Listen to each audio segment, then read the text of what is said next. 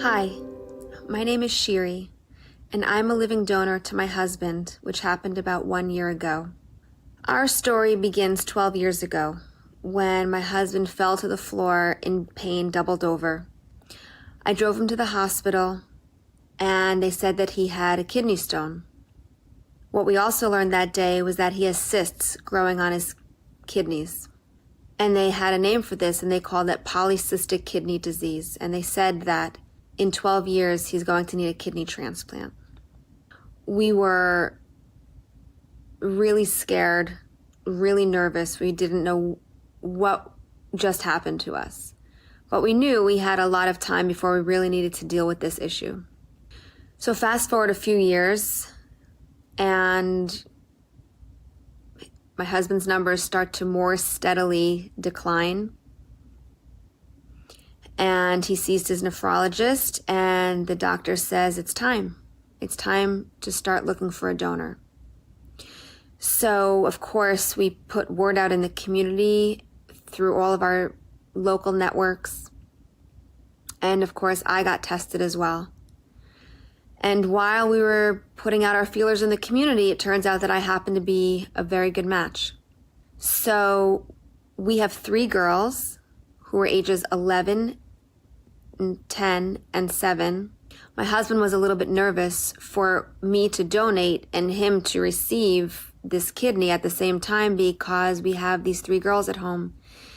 So we decided to put my match on the back burner and continue with the search through the community. And we had a lot of people that were willing to come forward and step up to donate, but the process took some time.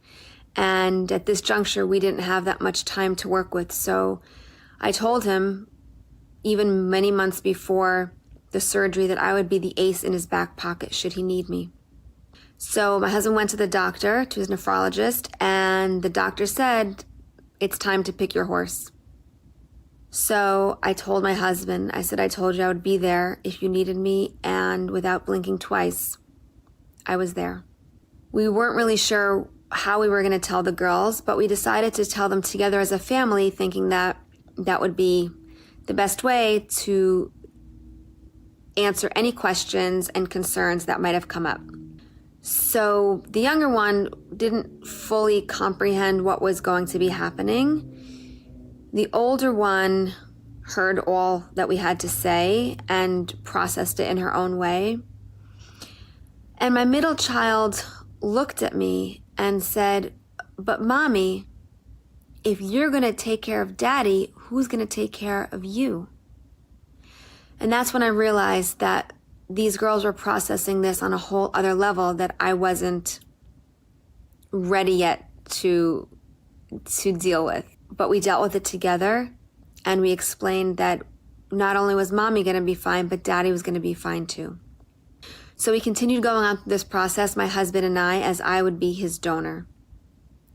We have a wonderful network here, and before we went in, we had the fortunate opportunity to put everything in place, meaning we were able to take care of the meals before we left. We were able to take care of, the children's carpools and play dates and the kids' after-school activities. And we have great friends in the community that made sure that we wouldn't go a day without dinner for a month and 2 and even 3 months after our surgery. We're very fortunate to have wonderful friends in our community. We did all of our prep work. We took all our labs. We maintained the regimen we were supposed to up until the day of the surgery. We said, we'll see you soon to the kids because I don't believe in goodbyes. And I also made sure that I had gifts wrapped for them for each night that we'd be away. So I was away for 2 nights and my husband was away for 4. They took us in the hospital pretty early in the morning. We filled out some paperwork.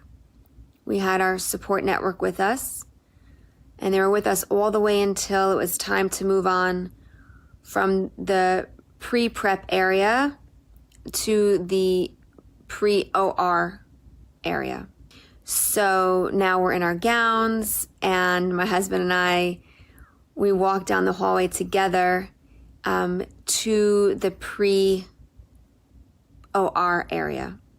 We got on the beds, and we were talking to one another, and we were laughing, and we were crying, and I made sure that before we actually went into the pre-OR area that I drew a little heart on the area where they were going to extract the kidney for transplantation.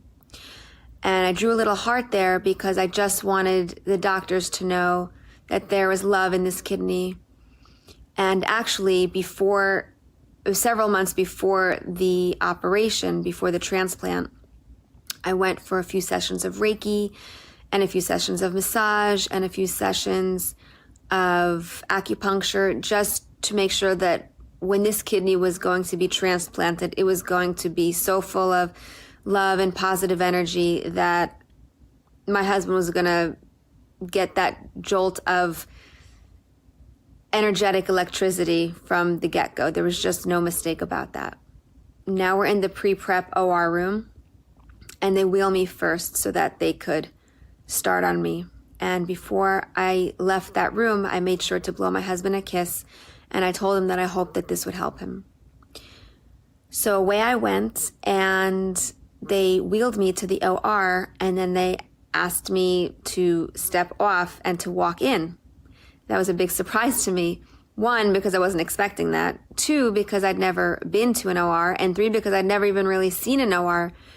And they opened the doors, and it just looked so divine. It just looked so shiny and clean, and there was white and there was chrome.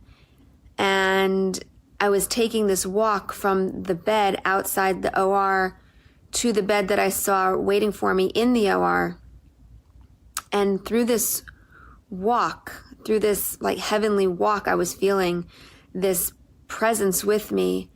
And even though I was kind of on like this autopilot, I still was very cognizant of what was happening. And with all that going on inside of me, my nerves were very calm, and I calmly walked in, and I propped myself up on the OR table, and I just made a little comment that, oh, it was just a little bit cold. And then the next thing I knew, I woke up in recovery. Turns out that shortly after I woke up from recovery, I was, of course, a little bit groggy, and then I heard that my husband was in recovery as well, and I'm smiling because while I was groggy, I guess they gave him something a little bit stronger, and all I heard was a lot of laughter coming from the other side of the room. So I was really happy to hear that he was happy, and it was just a very interesting to notice the difference. Eventually, his strong medication wore off, and then we both felt the same. But it was fine. It was really just fine. And we had visitors come and wish us well. And just like that, 2 days later, I was out home back with the kids. And 3 or 4 days later, my husband was home, and we were reunited and reconnected and stronger than ever. And it was great because my kids got to see mom go through this, and they got to see dad strong or on his way to becoming stronger. Slowly but surely, he was getting color back to his face, and slowly but surely, we were both regaining our strength. And slowly but surely, I was able to pick her up again. And, slowly but surely, I was able to take them to their activities. And, just a few weeks after the operation, we were both back to our healthy selves.